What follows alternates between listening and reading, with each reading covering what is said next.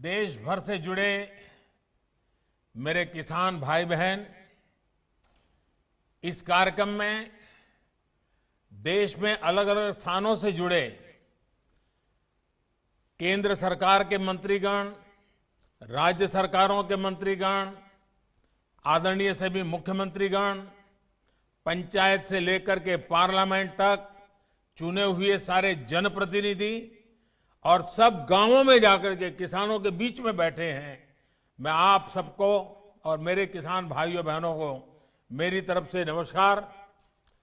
किसानों के जीवन में खुशी, ये हम सभी की खुशी बढ़ा देती है। और आज का दिवस तो बहुत ही पावन दिवस भी है। किसानों को आज जो सम्मान निधि मिली है, उसके साथ ही आज का दिन कई अवसरों का संगम बनकर भी आया है। सभी देशवासियों को आज क्रिसमस की भी बहुत बहुत शुभकामनाएं। मेरी कामना है क्रिसमस का ये त्योहार विश्व में प्रेम, शांति और सद्भाव का प्रसार करे।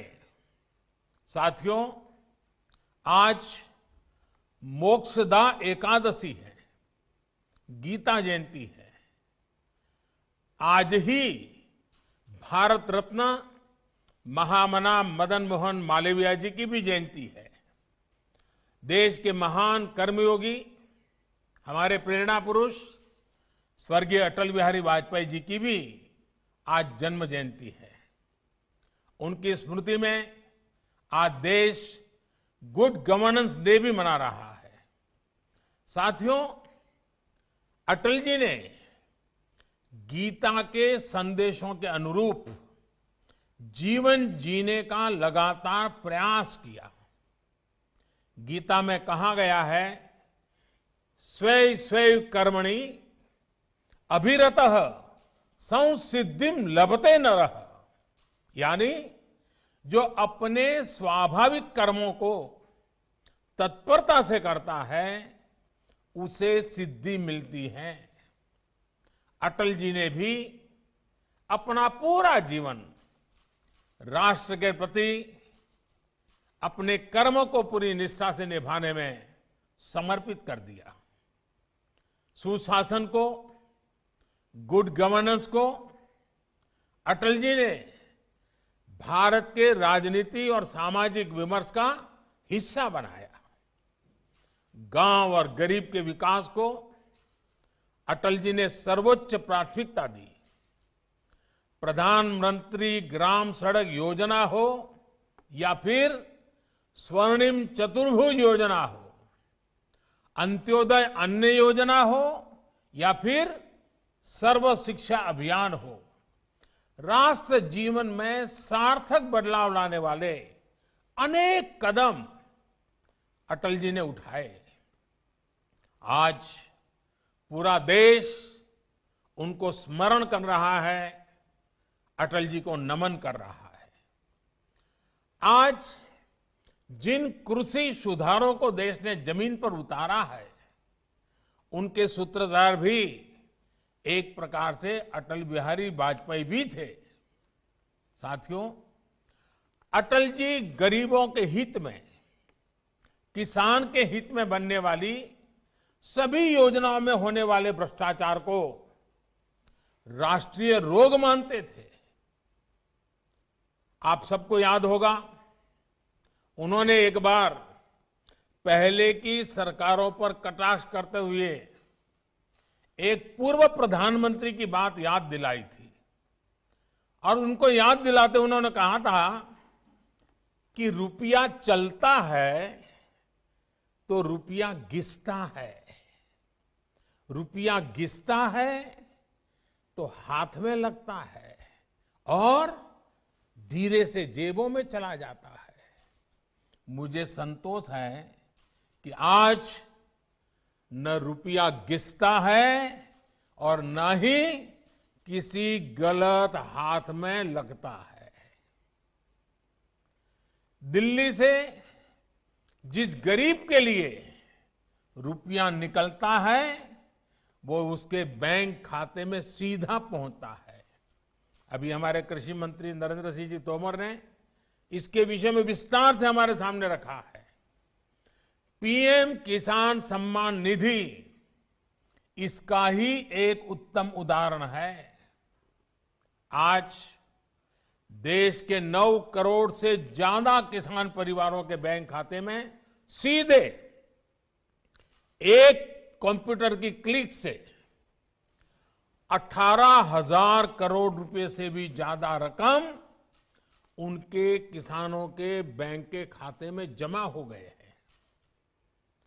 जब से ये योजना शुरू हुई है तब से 1,10,000 करोड़ रुपए से ज्यादा 1,10,000 करोड़ रुपए से ज्यादा किसानों के खाते में पहुंच चुके हैं।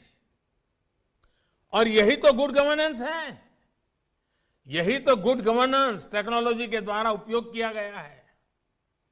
18,000 करोड़ से ज्यादा रुपए पल भर में, कुछ ही पल में सीधे किसानों के बैंक खातों में जमा हो गए हैं। कोई कमीशन नहीं, कोई कट नहीं, कोई हेरा फेरी नहीं। टेक्नोलॉजी का इस्तेमाल करते हुए पीएम किसान सम्मान योजना में ये सुनिश्चित किया गया है कि लीकेज न हो। राज्य सरकारों के माध्यम से किसानों का ऑनलाइन रजिस्ट्रेशन होने के बाद उनके आधार नंबर और बैंक खातों का वेरिफिकेशन होने के बाद इस व्यवस्था का निर्माण हुआ है। लेकिन मुझे आज इस बात का अफसोस भी है कि पूरे हिंदुस्तान के किसानों को इस योजना का लाभ मिल रहा है। सभी विचारधारा की सरकारें इससे जुड़ी हैं, लेकिन एकमात्र पश्चिम बंगाल सरकार, वहां के 70 लाख से अधिक किसान, मेरे किसान भाई बहन बंगाल के, इस योजना के वो लाभ नहीं ले पा रहे हैं, उनको ये पैसे नहीं मिल पा रहे हैं, क्योंकि बंगाल की सरकार अपने राजनीतिक कारणों से उनके राज्य के किसानों को भारत सरकार से पैसा जाने वाला है, राज्य सरकार को 1 कौड़ी का खर्चा नहीं है, फिर भी वो पैसे उनको नहीं मिल रहे हैं। कई किसानों ने भारत सरकार को सीधी चिट्ठी लिखी हुई है, उसको भी वो मान्यता नहीं देते हैं। यानी आप कल्पना कर सकते हैं कितने लाखों किसानों ने लाभ लेने के लिए, योजना के लिए अर्जी की, ऑनलाइन आवेदन कर चुके हैं, लेकिन वहां की राज्य सरकार उसको भी अटका करके बैठ गई है। भाइयों बहनों, मैं हैरान हूं और ये बात मैं आज देशवासियों के सामने बड़े दर्द के साथ, बड़े पीड़ा के साथ कहना चाहता हूं। जो लोग 30-30 साल तक बंगाल में राज करते थे, एक ऐसी राजनीतिक विचारधारा को लेकर के बंगाल को कहां से कहां ला करके उन्होंने हालत करके रखी है, सारा देश जानता है। और ममता जी के 15 साल पुराने भाषण सुनोगे तो पता चलेगा कि इस राजनीतिक विचारधारा ने बंगाल को कितना बर्बाद कर दिया था। अब ये कैसे लोग हैं? बंगाल में उनकी पार्टी है, उनका संगठन है, 30 साल सरकार चलाई है, कितने लोग होंगे उनके पास? एक बार भी इन लोगों ने किसानों को ये 2,000 रुपया मिलने वाला कार्यक्रम है, बंगाल के अंदर कोई आंदोलन नहीं चलाया। अगर हाल के दिल में किसानों के लिए इतना प्यार था, बंगाल में आपकी धरती है, तो आपने बंगाल में किसानों को न्याय दिलाने के लिए प्रधानमंत्री किसान सम्मान योजना के पैसे किसानों को मिले, इसके लिए क्यों आंदोलन नहीं किए? क्यों आपने कभी आवाज नहीं उठाई? और आप वहां से उठ करके पंजाब पहुंच गए। तब सवाल उठता है। और पश्चिम बंगाल की सरकार भी देखिए, अपने राज्य में इतना बड़ा किसानों को लाभ, 70 लाख किसानों को इतना धन मिले, हजारों करोड़ रुपया मिले, वो देने में उनको राजनीति आड़े आती है। लेकिन वही पंजाब जाकर के जो लोग के साथ वो बंगाल में लड़ाई लड़ते हैं, यहां आकर के उनसे गुपचुप करते हैं। क्या देश की जनता इस खेल को नहीं जानती है? क्या देश की जनता को इस खेल का पता नहीं है? जो आज विपक्ष में हैं, उनकी इस पर जुबान क्यों बंद हो गई है? क्यों चुप है? साथियों, आज जिन राजनीतिक दलों के लोग अपने आप को इस राजनीतिक प्रवाह में, जब देश की जनता ने उन्होंने नकार दिया है, तो कुछ न कुछ ऐसे इवेंट कर रहे हैं, इवेंट मैनेजमेंट हो रहा है, ताकि कोई सेल्फी ले ले, कोई फोटो छप जाए, कहीं टीवी पर दिखाई दे और उनकी राजनीति चलती जाए। अब देश ने उन लोगों को भी देख लिया है। ये देश के सामने एक्सपोज हो गए हैं। स्वार्थ की राजनीति का एक भद्दा उदाहरण हम बहुत बारीकी से देख रहे हैं। जो दल पश्चिम बंगाल में किसानों के हित पर कुछ नहीं बोलते, वो यहां दिल्ली के नागरिकों को परेशान करने पर लगे हुए हैं, देश की अर्थनीति को बर्बाद करने पर लगे हुए हैं, और वो भी किसान के नाम पर। इन दलों को आपने सुना होगा, मंडिया बोल रहे हैं, एपीएमसी की बात कर रहे हैं और बड़े बड़े हेडलाइन लेने के लिए भाषण कर रहे हैं। लेकिन ये दल, वही झंडे वाले, वही विचारधारा वाले जिन्होंने बंगाल को बर्बाद किया। केरल के अंदर उनकी सरकार है। इसके पहले जो 50 साल 60 साल तक देश पर राज करते थे, उनकी सरकार थी। केरल में एपीएमसी नहीं है, मंडियां नहीं है। मैं जरा इनको पूछता हूं, यहां फोटो निकालने के कार्यक्रम करते हैं, अरे केरल में आंदोलन करके वहां तो एपीएमसी चालू करवाओ। पंजाब के किसानों को गुमराह करने के लिए आपके पास समय है। केरल के अंदर यह व्यवस्था नहीं है। अगर ये व्यवस्था अच्छी है तो केरल में क्यों नहीं है? क्यों आप दोगली नीति लेकर के चल रहे हो? ये किस तरह की राजनीति कर रहे हैं जिसमें कोई तर्क नहीं, कोई तथ्य नहीं है? सिर्फ झूठे आरोप लगाओ, सिर्फ अफवाहें फैलाओ, हमारे किसानों को डरा दो, और भले भोले किसान कभी कभी आपकी बातों में गुमराह हो जाते हैं। भाइयों बहनों, ये लोग लोकतंत्र के किसी पैमाने को, किसी पैरामीटर को मानने को तैयार नहीं है। इन्हें सिर्फ अपना लाभ, अपना स्वार्थ नजर आ रहा है। और मैं जितनी बातें बता रहा हूं, किसानों के लिए नहीं बोल रहा हूं। किसानों के नाम पर अपने झंडे लेकर के जो खेल खेल रहे हैं, अब उनको ये सच सुनना पड़ेगा। और हर बात को किसानों को गाली दी, किसानों को अपमानित किया, ऐसे कर करके बच नहीं सकते हो आप लोग। ये लोग अखबारों और मीडिया में जगह बनाकर राजनीतिक मैदान में खुद के जिंदा रहने की जड़ी बूटी खोज रहे हैं। लेकिन देश का किसान उनको पहचान गया है। अब देश का किसान उनको ये जड़ी बूटी कभी देने वाला नहीं है। कोई भी राजनीति, लोकतंत्र में राजनीति करने का उनको हक है, हमें इसका विरोध नहीं है। लेकिन निर्दोष किसानों की जिंदगी के साथ न खेलें, उनके भविष्य के साथ खिलवाड़ न करें, उन्हें गुमराह न करें, भ्रमित न करें। साथियों, ये वही लोग हैं जो बरसों तक सत्ता में रहे। इनकी नीतियों की वजह से देश की कृषि और किसान का उतना विकास नहीं हो पाया जितना उसमें सामर्थ्य था। पहले की सरकारों की नीतियों की वजह से सबसे ज्यादा बर्बाद वो किसान हुआ जिसके पास न तो ज्यादा जमीन थी न ज्यादा संसाधन। इस छोटे किसान को बैंकों से पैसा नहीं मिलता था क्योंकि उसके पास तो बैंक खाता तक नहीं था। पहले के समय में जो फसल बीमा योजना थी उसका लाभ भी इन छोटे किसानों के लिए तो कहीं नामो निशान नहीं था। कोई इक्का दुक्का कहीं मिल जाए तो अलग बात है। इस छोटे किसान को खेत सिंचने के लिए न पानी मिलता था न बिजली मिलती थी।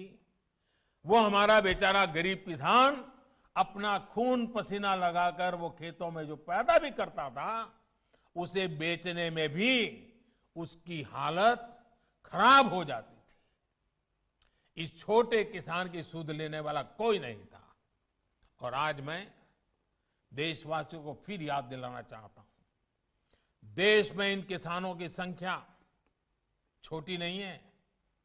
जिनके साथ यह अन्याय किया गया है ना, ये संख्या 80% से ज्यादा किसान इस देश में हैं, करीब करीब 10 करोड़ से भी ज्यादा, जो इतने वर्षों तक सत्ता में रहे। उन्होंने इन किसानों को अपने हाल पर छोड़ दिया था। चुनाव होते रहे, सरकारें बनती रही, रिपोर्ट आती रही, आयोग बनते रहे, वादे करो भुला दो, करो भुला दो, यही सब हुआ।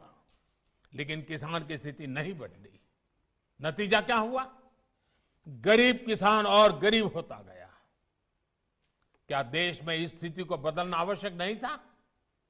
मेरे किसान भाइयों और बहनों, 2014 में सरकार बनने के बाद हमारी सरकार ने नई अप्रोच के साथ काम करना शुरू किया।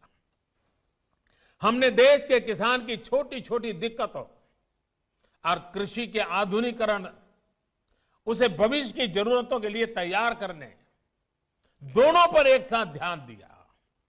हम बहुत सुनते थे कि उस देश में खेती इतनी आधुनिक है, वहां का किसान इतना समृद्ध है। कभी इजराइल का उदाहरण सुनते रहते थे। हमने दुनिया भर में कृषि क्षेत्र में क्या क्रांति आई है, क्या बदलाव आए हैं, क्या नए इनिशिएटिव आए हैं, क्या अर्थव्यवस्था के साथ कैसे जोड़ा है, सारी चीजों का गहन अध्ययन किया। इसके बाद हमने अपने अलग अलग लक्ष्य बनाए और सभी पर एक साथ काम शुरू किया। हमने लक्ष्य बनाकर काम किया कि देश के किसानों का खेती पर होने वाला खर्च, इनपुट कॉस्ट, ये कम हो, उसका खर्चा कम हो। सॉइल हेल्थ कार्ड, यूरिया की नीम कोटिंग, लाखों की संख्या में सोलर पंप, ये सारी योजनाएं उनका इनपुट कॉस्ट कम करने के लिए एक के बाद एक उठाई। हमारी सरकार ने प्रयास किया कि किसान के पास एक बेहतर फसल बीमा कवच हो। आज देश के करोड़ों किसानों को पीएम फसल बीमा योजना का लाभ हो रहा है। और मेरे प्यारे किसान भाइयों बहनों, अभी जब मैं किसान भाइयों से बात कर रहा था तो मुझे हमारे महाराष्ट्र लातूर के गणेश जी ने बताया कि 2,500 रुपया उन्होंने दिया और 54,000 रुपया करीब करीब मिला। मामूली प्रीमियम के बदले किसानों को पिछले साल में 87,000 करोड़ रुपए क्लेम राशि मिली है। 87 यानी करीब करीब 90,000 करोड़ मामूली प्रीमियम दिया किसानों ने। मुसीबत के समय ये फसल बीमा उनको काम आया। हमने इस लक्ष्य पर भी काम किया कि देश के किसान के पास खेत में सिंचाई की पर्याप्त सुविधा हो। हम दशकों पुरानी सिंचाई योजनाओं पूरा कराने के साथ ही देश भर में पर ड्रॉप मोर क्रॉप के मंत्र के साथ माइक्रो इरिगेशन को भी बढ़ावा दे रहे हैं।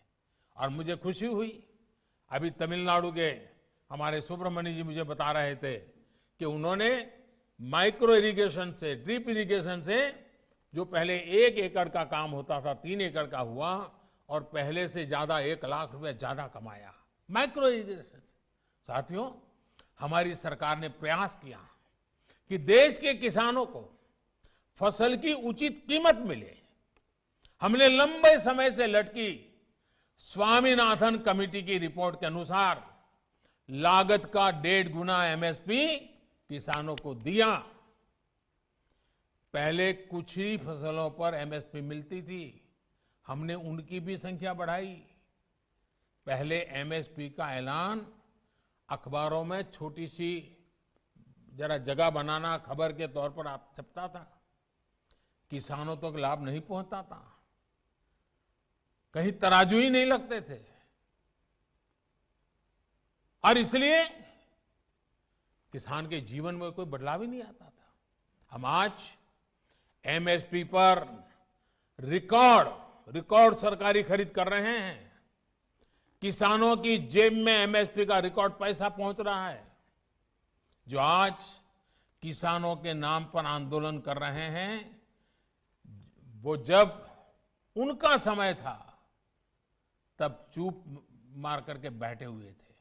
ये जितने लोग आंदोलन चला रहे हैं ना, ये उस सरकार के हिस्सेदार थे, समर्थन करते थे और यही लोग स्वामीनाथन कमेटी की रिपोर्ट के ऊपर बैठ गए थे, सालों तक बैठ गए थे। हमने आकर के निकाला क्योंकि हमारे दिल में किसान की जिंदगी को भला करना, कल्याण करना, ये हमारा जीवन का मंत्र है, इसलिए कर रहे हैं।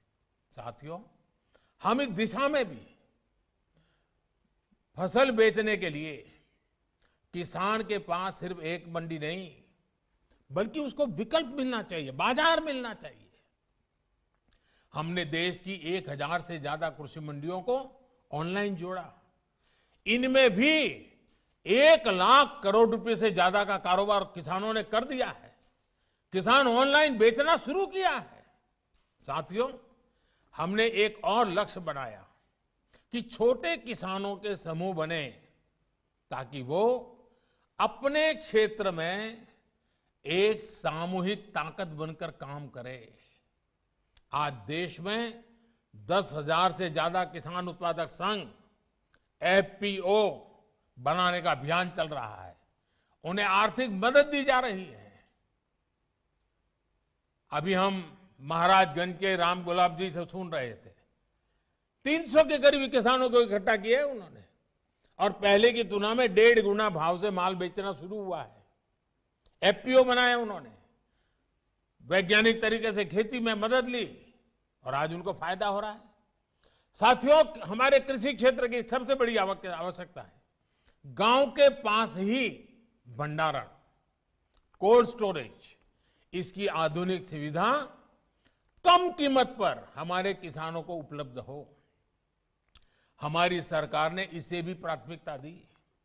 आज देश भर में कोल्ड स्टोरेज का नेटवर्क विकसित करने के लिए सरकार करोड़ों रुपए का निवेश कर रही है। हमारी नीतियों में इस पर भी बल दिया गया है कि खेती के साथ ही किसान के पास आय बढ़ाने के दूसरे विकल्प भी हो।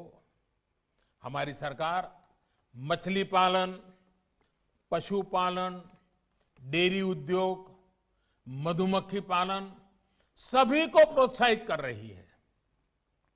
हमारी सरकार ने यह भी सुनिश्चित किया कि देश के बैंकों का पैसा देश के किसानों के काम आए।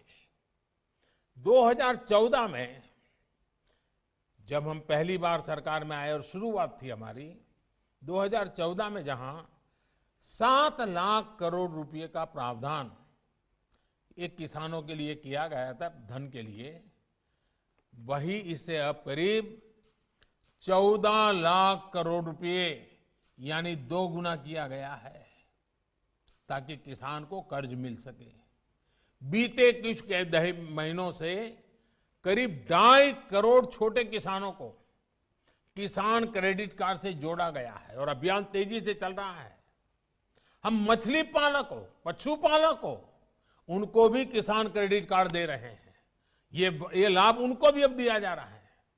साथियों, हमने इस लक्ष्य पर भी काम किया, खेती की दुनिया में क्या चल रहा है, इसके लिए देश में आधुनिक कृषि संस्थान हो।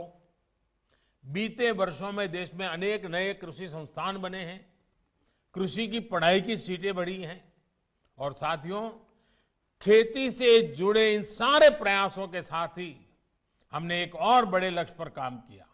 ये लक्ष्य है गांव में रहने वाले किसान का जीवन आसान हो। साथियों, आज जो किसानों के लिए इतने आंसू बहा रहे हैं, इतने बड़े बड़े बयान दे रहे हैं, बड़ा दुख दिखा रहे हैं, जब ये लोग सरकार में थे तब इन्होंने किसानों का दुख, उनकी तकलीफ दूर करने के लिए क्या किया, ये देश का किसान अच्छी तरह जानता है। आज सिर्फ खेती ही नहीं, बल्कि उसके जीवन को आसान बनाने के लिए हमारी सरकार उसके दरवाजे तक पहुंची है, खेत के मेड़ तक पहुंची है। आज देश के छोटे और सीमांत किसान को अपना पक्का घर मिल रहा है, शौचालय मिल रहा है, साफ पानी का नल मिल रहा है। यही किसान है जिसे बिजली के मुफ्त कनेक्शन, गैस के मुफ्त कनेक्शन, ये बहुत बड़ा लाभ हुआ है। हर साल आयुष्मान भारत योजना के तहत 5 लाख रुपए तक के मुफ्त इलाज की सुविधा ने आज मेरे छोटे किसान के जीवन की बहुत बड़ी चिंता कम की है। 90 पैसे प्रतिदिन, यानी एक चाय से भी कम कीमत, 90 पैसे प्रतिदिन और 1 रुपया महीना के प्रीमियम पर बीमा, ये मेरे किसानों के जीवन में बहुत बड़ी ताकत है। 60 वर्ष की आयु के बाद 3,000 रुपये मासिक पेंशन, ये सुरक्षा कवच भी आज किसान के पास है। साथियों, आजकल कुछ लोग किसान की जमीन की चिंता करने का दिखावा कर रहे हैं। किसानों की जमीन हड़पने में कैसे कैसे लोगों के नाम अखबारों में चमकते रहे हैं, हम जानते हैं। ये लोग तब कहां थे जब मालिकाना दस्तावेज के अभाव में किसानों के घर और जमीन पर अवैध कब्जे हो जाते थे। गांव के छोटे और सीमांत किसानों को, खेत मजदूरों को इस अधिकार से इतने सालों तक वंचित किसने रखा? इसका जवाब इन लोगों के पास नहीं है। गांव में रहने वाले हमारे भाई बहनों के लिए ये काम आज हो रहा है। अब गांव में किसानों को उनके मकान का, जमीन का नक्शा और कानूनी दस्तावेज दिया जा रहा है। टेक्नोलॉजी की मदद से स्वामित्व योजना के बाद अब गांव के किसान को भी जमीन और घर के नाम पर बैंक से कर्ज मिलना आसान हुआ है। साथियों, बदलते समय के साथ अपनी अप्रोच का विस्तार करना भी उतना ही जरूरी है। हमें 21वीं सदी में भारत की इस कृषि को आधुनिक बनाना ही होगा और इसी का बीड़ा देश के करोड़ों किसानों ने भी उठाया है और सरकार भी उनके साथ कंधे से कंधा मिला करके आगे बढ़ने के लिए कृत संकल्प है। आज हर किसान को यह पता है कि उसकी उपज का सबसे अच्छा दाम कहां मिल सकता है। पहले क्या होता था कि अगर मंडी में बेहतर दाम नहीं मिलते थे या फिर उसकी उपज को दोयम दर्जी का बताकर खरीदने से इनकार कर दिया जाता था, तो किसान मजबूरी में औने पौने दामों पर अपनी उपज बेचने को मजबूर रहता था। इन कृषि सुधारों के जरिए हमने किसानों को बेहतर विकल्प दिए हैं। इन कानूनों के बाद आप जहां चाहे, जिसे चाहे अपनी उपज बेच सकते हैं। मेरे किसान भाइयों बहनों, मेरे इन शब्दों को आप ध्यान से सुनिए। मैं फिर से कह रहा हूं कि आप अपनी फसल को जहां चाहे आप निर्णय करके बेच सकते हैं। आपको जहां सही दाम मिले आप वहां पर उपज बेच सकते हैं। आप न्यूनतम समर्थन मूल्य यानी एमएसपी पर अपनी उपज बेचना चाहते हैं, आप उसे बेच सकते हैं। आप मंडी में अपनी उपज बेचना चाहते हैं, आप बेच सकते हैं। आप अपनी उपज का निर्यात करना चाहते हैं, आप निर्यात कर सकते हैं। आप उसे व्यापारी को बेचना चाहते हैं, आप बेच सकते हैं। आप अपनी उपज दूसरे राज्य में बेचना चाहते हैं, आप बेच सकते हैं। आप पूरे गांव के किसानों को एफपीओ के माध्यम से इकट्ठा कर अपनी पूरी उपज को एक साथ बेचना चाहते हैं, आप बेच सकते हैं। आप बिस्किट, चिप्स, जैम, दूसरे कंज्यूमर उत्पादों की वैल्यू चेन का हिस्सा बनना चाहते हो, आप ये भी कर सकते हैं। देश के किसान को इतने अधिकार मिल रहे हैं तो इसमें गलत क्या है? इसमें गलत क्या है कि अगर किसानों को अपनी उपज बेचने का विकल्प ऑनलाइन माध्यम से पूरे साल और कहीं भी मिल रहा है। साथियों, आज नए कृषि सुधारों के बारे में असंख्य झूठ फैलाए जा रहे हैं। कुछ लोग किसानों के बीच भ्रम फैला रहे हैं कि एमएसपी समाप्त की जा रही है, तो कुछ लोग अफवाहें फैला रहे हैं कि मंडियों को बंद कर दिया जाएगा। मैं आपको फिर ध्यान दिलाना चाहता हूं कि इन कानूनों को लागू हुए कई महीने बीत गए हैं। क्या आपने देश के किसी एक कोने में एक भी मंडी के बंद होने की खबर सुनी है? जहां तक एमएसपी का सवाल है, हाल के दिनों में सरकार ने बहुत सी फसलों का न्यूनतम समर्थन मूल्य भी बढ़ा दिया है। ये कृषि सुधारों के बाद भी हुआ है, नए कृषि कानूनों के बाद भी हुआ है। इतना ही नहीं, जो लोग किसानों के नाम पर बात करते हैं ना, ये जो आंदोलन चल रहा है उसमें कई सच्चे और निर्दोष किसान भी हैं। ऐसा नहीं है कि सब वो राजनीतिक विचारधारा वाले तो सिर्फ नेता हैं, बाकी तो भले भाले किसान हैं।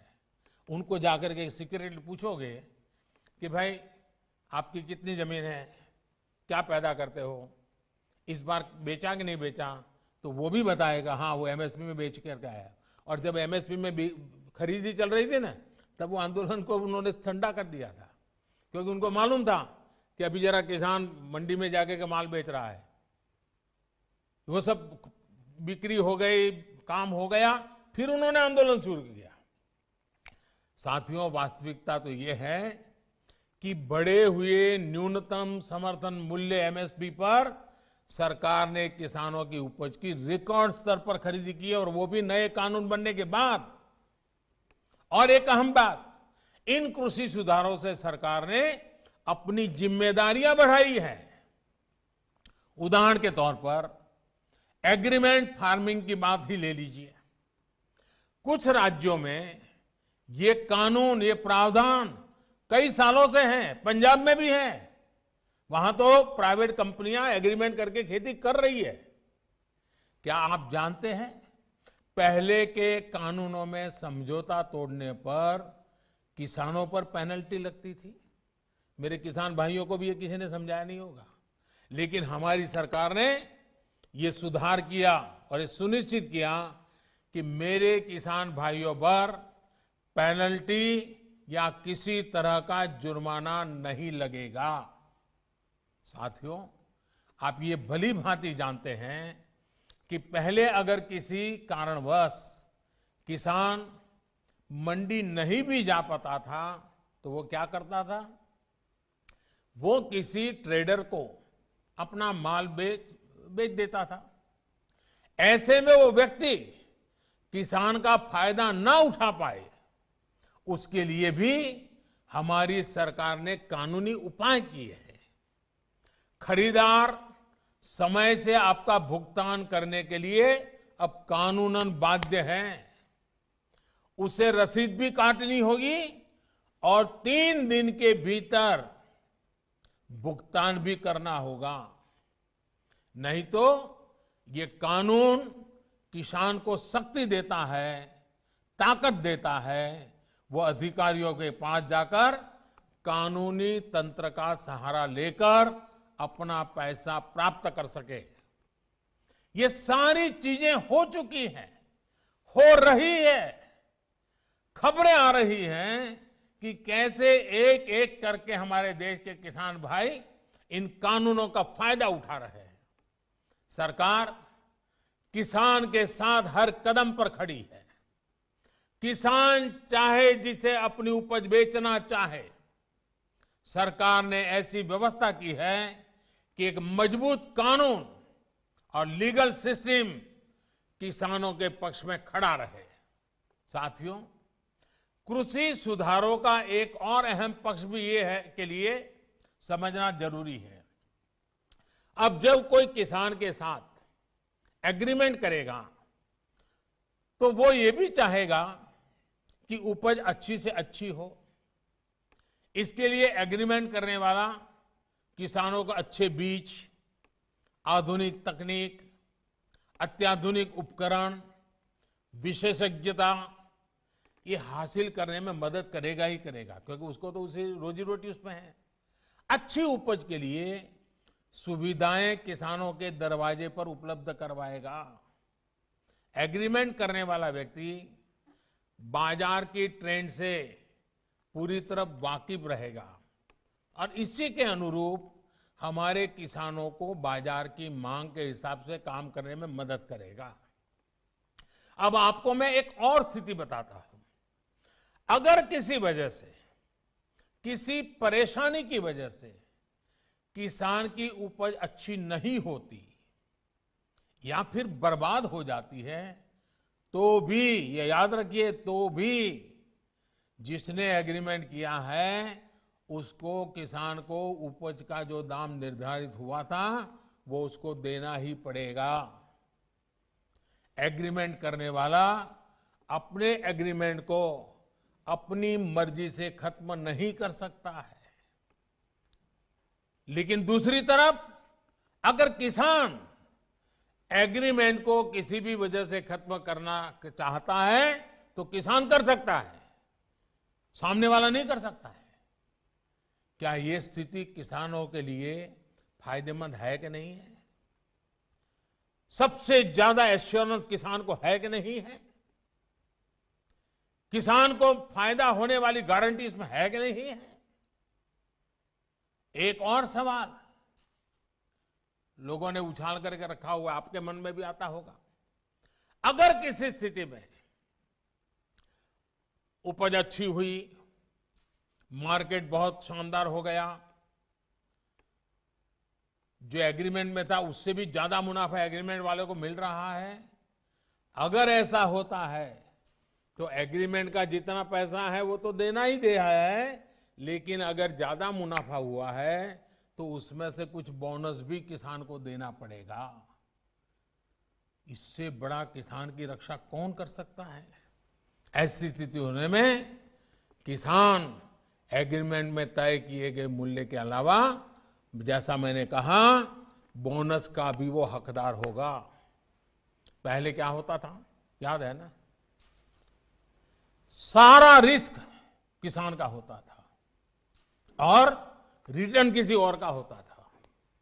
अब नए कृषि कानूनों और सुधार के बाद स्थिति पूरी तरह किसानों के पक्ष में हो गई है। अब सारा रिस्क एग्रीमेंट करने वाले व्यक्ति या कंपनी का होगा और रिटर्न किसान का होगा। साथियों, देश के कई भागों में एग्रीमेंट फार्मिंग को पहले भी परखा गया है, उसे कसौटी पर कसा गया है। क्या आपको पता है कि दुनिया में आज सबसे ज्यादा दुग्ध उत्पादन, मिल्क प्रोडक्शन करने वाला देश कौन सा है? ये देश कोई और नहीं, हमारा हिंदुस्तान है। हमारे पशुपालक, हमारे किसान की मेहनत है। आज डेयरी सेक्टर में बहुत सी सहकारी और निजी कंपनियां किसानों से, दुग्ध उत्पादकों से दूध खरीदती हैं और उसे बाजार में बेचती हैं। ये मॉडल कितने वर्षों से चला रहा है। क्या आपने कभी सुना कि किसी एक कंपनी या सहकारी संस्था ने बाजार पर अपना कब्जा जमा लिया, अपना एकाधिकार कर लिया? क्या आप उन किसानों और उन दुग्ध उत्पादकों की सफलता से परिचित नहीं हैं जिन्हें डेयरी सेक्टर के इस काम से लाभ हुआ है? एक और सेक्टर है, यहां पर हमारा देश बहुत आगे है, वो है पोल्ट्री यानी मुर्गी पालन। आज भारत में सबसे ज्यादा अंडों का उत्पादन होता है। पूरे पोल्ट्री सेक्टर में बहुत सी बड़ी कंपनियां काम कर रही है, कुछ छोटी कंपनियां भी हैं, तो कुछ स्थानीय खरीदार भी इस व्यवसाय में जुटे हैं। इस सेक्टर से जुड़े लोग अपना प्रोडक्ट किसी को भी कहीं भी बेचने के लिए स्वतंत्र हैं। जहां भी उन्हें सबसे ज्यादा दाम मिलता है वो अंडे बेच सकते हैं। हम चाहते हैं कि हमारे किसानों को, कृषि सेक्टर को इसी तरह का विकास करने का अवसर मिले जैसा पोल्ट्री और डेयरी सेक्टर को मिला है। हमारे किसानों की सेवा में जब बहुत सी कंपनियां व्यवसाय के कई तरह के प्रतिस्पर्धी रहेंगे तो उन्हें अपनी उपज का ज्यादा दाम भी मिलेगा और बाजार तक उनकी बेहतर पहुंच भी संभव होगी। साथियों, नए कृषि सुधारों के जरिए भारतीय कृषि में नई टेक्नोलॉजी को भी प्रवेश मिलेगा। आधुनिक तकनीक के जरिए हमारे किसान अपनी उपज को बढ़ा सकेंगे, अपनी उपज को विविधता दे सकेंगे, अपनी उपज की बेहतर ढंग से पैकेजिंग कर सकेंगे, अपनी उपज में वैल्यू एडिशन कर सकेंगे। एक बार ऐसा हो गया तो हमारे किसानों की उपज की पूरी दुनिया में मांग होगी और ये मांग और लगातार बढ़ेगी। हमारे किसान सिर्फ उत्पादक नहीं बल्कि खुद निर्यातक बन सकेंगे। दुनिया में कोई भी अगर कृषि उत्पादों के जरिए बाजार में अपनी धाक जमाना चाहेगा तो उसे भारत आना पड़ेगा। अगर दुनिया में कहीं भी क्वालिटी और क्वांटिटी दोनों की जरूरत होगी तो उन्होंने भारत के किसानों के साथ साझेदारी करनी पड़ेगी। जब हमने दूसरे सेक्टर में इन्वेस्टमेंट और इनोवेशन बढ़ाया तो हमने आय बढ़ाने के साथ ही उस सेक्टर में ब्रांड इंडिया को भी स्थापित किया। अब समय आ गया है कि ब्रांड इंडिया दुनिया के कृषि बाजारों में भी खुद को उतनी ही प्रतिष्ठा के साथ स्थापित करे। साथियों, कुछ राजनीतिक दल जिन्हें देश की जनता ने लोकतांत्रिक तरीके से नकार दिया है, वो आज कुछ किसानों को गुमराह करके जो कुछ भी कर रहे हैं, उन सबको बार बार नम्रतापूर्वक सरकार की तरफ से अनेक प्रयासों के बावजूद भी किसी न किसी राजनीतिक कारण से, किसी ने बंधी राजनीतिक विचारधारा के कारण से ये चर्चा नहीं होने दे रहे हैं। कृषि कानूनों के संदर्भ में ये जो पॉलिटिकल पार्टी की विचारधारा वाले जो कुछ लोग हैं, जो किसानों के कंधे पर बंदूकें फोड़ रहे हैं, कृषि कानूनों के संदर्भ में उनके पास ठोस तर्क न होने के कारण वो भांति भांति के मुद्दों को किसानों के नाम पर उछाल रहे हैं। आपने देखा होगा जब प्रारंभ हुआ था तो उनकी इतनी मांग थी कि भाई एमएसपी की गारंटी दो। उनके मन में जेन्युइन, क्योंकि वो किसान थे, उनको लगा कहीं ऐसा तो ना हो। लेकिन इसका माहौल दिखा करके ये राजनीतिक विचारधारा वाले चढ़ बैठे और अब एमएसपी वगैरह बाजू में क्या चल रहा है ये लोग हिंसा के आरोपी ऐसे लोगों को जेल से छुड़ाने की मांगे कर रहे हैं। देश में आधुनिक हाईवेज बने, निर्माण हो, जो पिछली सब सरकारों ने किया था। ये लोग भी उस सरकारों में समर्थन करते थे, भागीदार थे। अब कहते हैं टोल टैक्स नहीं होगा, टोल खाली कर दो। भाई, किसान का विषय छोड़ करके नई जगह पे क्यों जाना पड़ रहा है? जो नीतियां पहले के समय से चली आ रही है, अब ये किसान आंदोलन की आड़ में उनका भी विरोध कर रहे हैं, टोल नाकों का विरोध कर रहे हैं।